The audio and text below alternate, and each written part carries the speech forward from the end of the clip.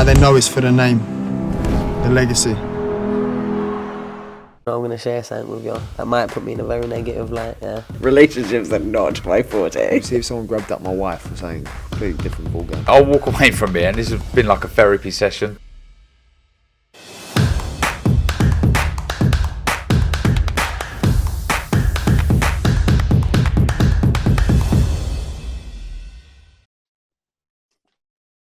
This is Colm McGuigan for IFL TV, proudly sponsored by Everlast. I'm joined by the one and only Johnny Nelson. Johnny, our first IFL together, mate. How's things? I'm good, thank you. I'm good. Nice to meet you. Nice to meet you. If you're part of the IFL family, I'm quite sure they picked you for a reason. So I'll find out slowly but surely. It's good to see you. We need to get straight to it. Some breaking news this hour in terms of Conor Ben. I think the actual statement said that he returned an adverse drug finding on Nevada testing. What do you make of that? I gather the UK test is negative. The fight will probably still go on. Unfortunately, there is going to be there needs to be an inquiry straight after this. Why? What? But that's what I'm hearing. This news is as fresh to me as it is you. I'm quite sure when this goes out, it'll be all over the place anyway. But all I can say is he passed the UK one. That he didn't fail on that one. I gather it looks like the fight may still go on. Again, it's been a busy week. The build up to this has been a busy week. I gather Chris's father was in hospital this week as well. So there's a lot going on. In your opinion, should it still go ahead with obviously returning an adverse test? We just need to know the details because if the boxing board feel it's safe to go ahead and feel it not an issue, then I'll go with the boxing board's decision. The boxing board are no fools, and therefore they don't want to set precedent. So I'm quite sure if the boxing board are letting the fight go ahead, then I trust the boxing board when it comes to that kind of thing. Because remember, if anything bad happened, they would be liable as well for letting this go ahead. So all these things have got to be taken into account. Obviously, we've heard about Chris Senior, and unfortunately, he spent some time in a hospital this week and things like that. Does this make the comments that he made more resonating in terms of going forward now with this fight? Because obviously, he was kind of against it from what we gather. Yes, he was, and I said, you've got to let his son walk his own shoes and make his own path, make his own mistakes, or learn his own lesson. And I understand Chris's concern because when you're an ex-fighter and you've been there, you've done that, then you've seen the potholes, you see the worries, you see what could possibly happen. When you're actually a fighter, you make some barbaric, you make some kamikaze-style decisions in your career that you get away with most of the time. So Chris sees his son getting down to a weight that he doesn't think is safe. He thinks the fight he should happen maybe next year or the year after. Chris's voice his opinion. His voice his opinion, and then after that, he's got to support his son. Of course, he loves his son. Of course, he's had upset and drama in his life over the last 24 months. So I totally hear where he's coming from as a father. Junior, in his head, believes he can get this job done. Now, I'm hearing various things in sparring about both fighters looking good and looking bad. And I mean, these are from the sparring partners. Reports aren't great from Chris's camp in regards to sparring, looking at sparring. Reports, reports aren't great. For Conor, they're more positive. But some fighters, they perform better on the night. They don't spar as good as they fight. But it's intriguing. It's one of those fights that, because of the history in this, we'll talk about it forever and ever. We're on Wednesday now. The fight's Saturday night. If there is a B test sample returned that's again adverse, does that put the fight into complete jeopardy then? Without a doubt. But as I said, the UK was clear. So this is the dilemma for the boxing board of control. And we've got to ignore the business side of it. The money's that be lost, all the other arrangements. Now the Boxing Board of Control have got to say, right, we know this man has failed this test. So what do we do about it? If we let him box on, and God forbid anything happened, then we are deemed liable because we gave license for this to go ahead. But you need more devil in the detail. It's quick to jump on it and say this shouldn't happen, that shouldn't happen. There's no. We need more detail, and this is breaking news. So I know as much as you do. I don't know what's in that circle of trust. So let's just see how this goes. Obviously, you're involved with Sky, and if this kind of thing happened, is there a certain pressure comes from the promoter on the fight especially because of the magnitude of this fight? Is there, obviously the boxer's health is first and foremost, but at the end of the day, is there a certain pressure that Eddie and Matchroom and DAZN need this fight to go ahead? Yes, officially, of course, they've got to say they put the fighter's health front and foremost. But these are businessmen, so this isn't great for business. And that's not a bad thing. It's just not good for their business. But the human side of it is, if this is the case, they've got to say, they've got to be like everyone else saying, well, if the board let this go, if this is let go, we are setting precedent.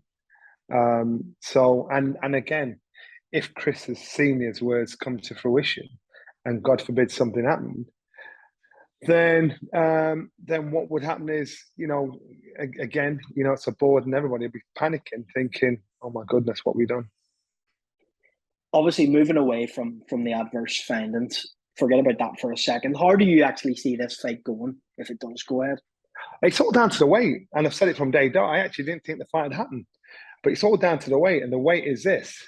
If what I'm hearing is true and Chris can't weigh more than 11:10 Saturday morning, 10 o'clock when they're doing the next check weighing, then if that is the case, then I've got to side with Conor, because getting down to that weight and having to do that, and even though Chris might have more knowledge, experience, and on another given day his weight, he gets the job done, it takes a hell of a lot out of you.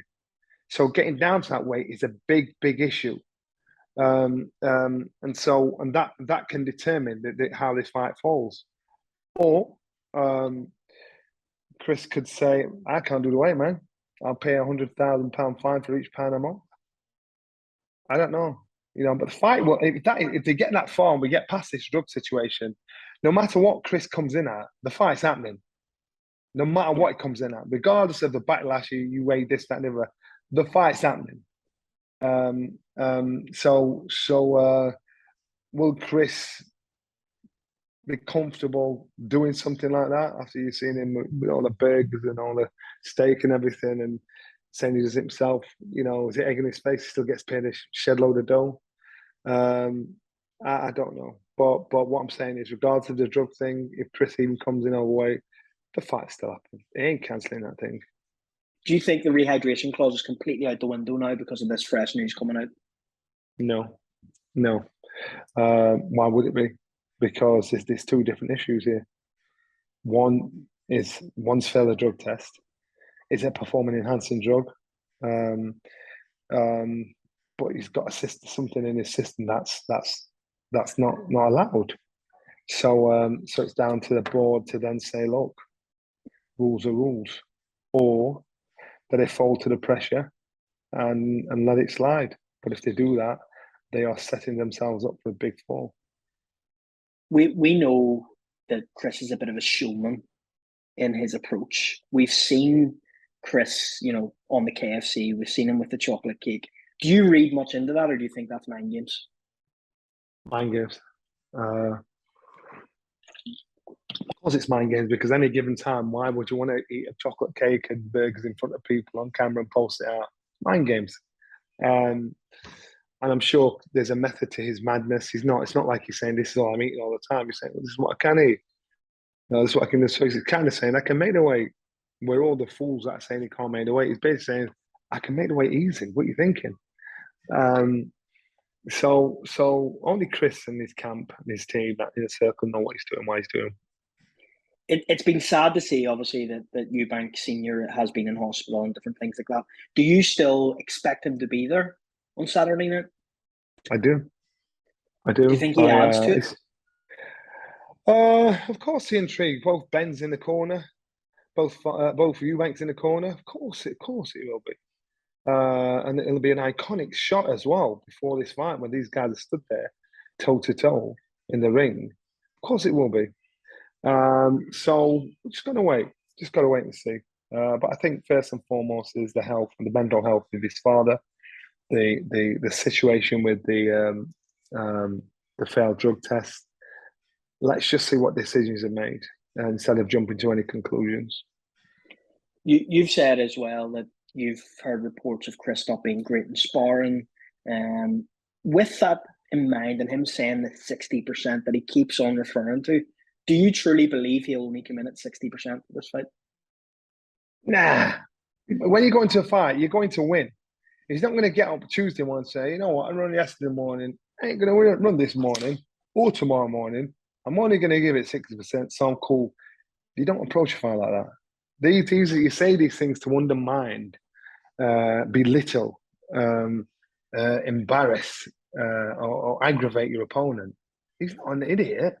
You know, he looks in decent condition already. So he's got to listen. No matter what he says, he respects Conor. He knows what he's got to do.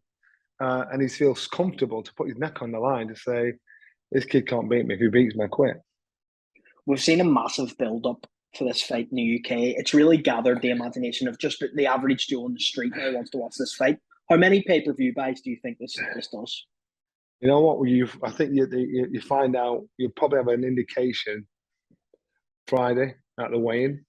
I can remember I was driving through London last night, and there was just on the underpasses a big, massive sign of Conor and Chris. I thought, wow, you boys are everywhere, man. It's like in the centre of London. So they've done everything possible to push this through. It's a pay-per-view event on DAZN. They've got to push out there. They've got to spend the dough so people know it's happening. If they don't, then there was no point in getting all the backlash and stick from the subscribers about pay-per-view. So I don't know how many numbers it does. A massive indication will be Friday night, and let's see if we get the true numbers afterwards. But that's not really my concern, man. The concern is Saturday night. If this fight was on Sky pay-per-view, do you think it would perform better because the general public and the access to Sky Sports? Of course. Sky are the dons there. Sky are brilliant at creating a pay-per-view event. Sky are brilliant at putting something like that together. Sky have done this for 30 years. You know, they're the blueprint for everybody to follow and check. That's not me just working because I work for Sky. That's fact. And DAZN have done the best they can with the experience they've got. And I'm quite sure in 10 years' time, if they're still around, in 15 years' time, they're still around, then they will do such a good job. But it's trial and error. They've got to see what the successful side of pushing a pay-per-view is and the unsuccessful side of doing a pushing a pay-per-view is. So they've got to go through it trial and error. So, you know, everybody's got to start somewhere. What does a loss do for each of these guys on Saturday night? A loss to Conor Benn is not a career ending. A loss for Chris Eubank could be. Well, he said it himself, number one. Number two, how will he expect to get respected from losing to a little guy, as he says? Yes, the excuse is the weight, and I get that.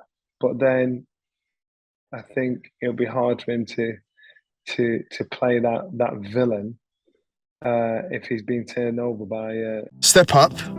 Apparently every fight's been a step up. I do the talk, make the noise, and give them the theatre. But then I put it on mute.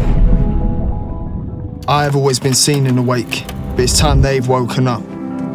Now they know it's for the name, the legacy.